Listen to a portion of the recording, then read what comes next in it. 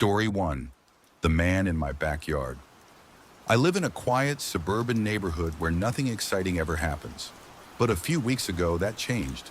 It was around 1 a.m. when I woke up to the sound of my dog growling.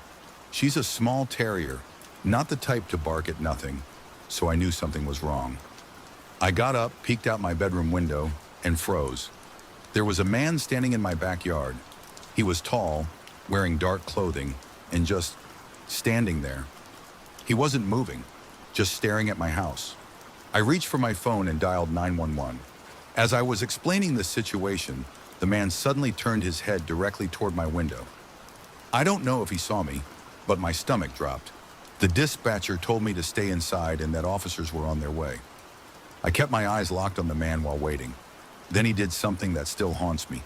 He raised his hand and pointed at me. I ducked down, heart pounding. A few minutes later, I heard sirens.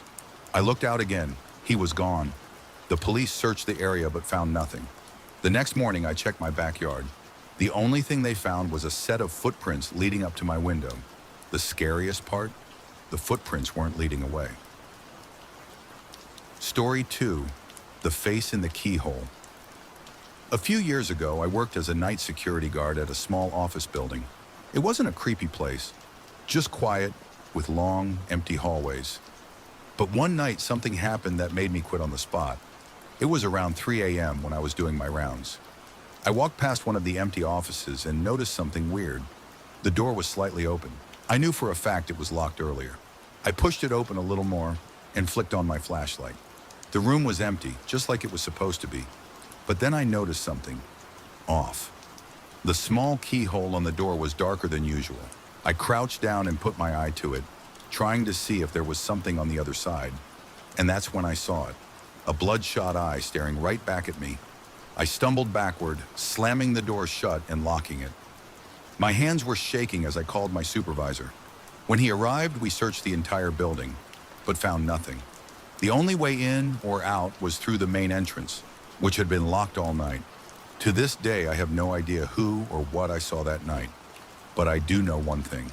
Something was inside that building with me. Story 3. My dad's friend wasn't my dad's friend.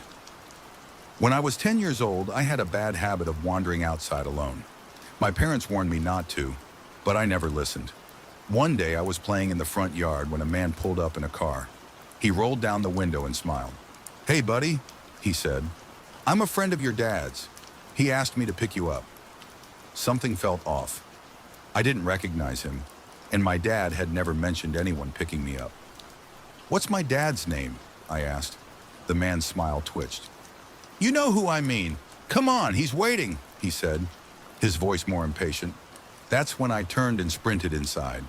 I locked the door and ran to my dad, who was in the kitchen. I told him what happened. His face went pale. We ran outside, but the car was gone. My dad called the police, and they took it seriously, but they never found the man. A few years later, I found out something that still chills me. Another kid in my town went missing around the same time, a kid who looked a lot like me. I still wonder, if I had gotten in that car that day, would I have ever come back?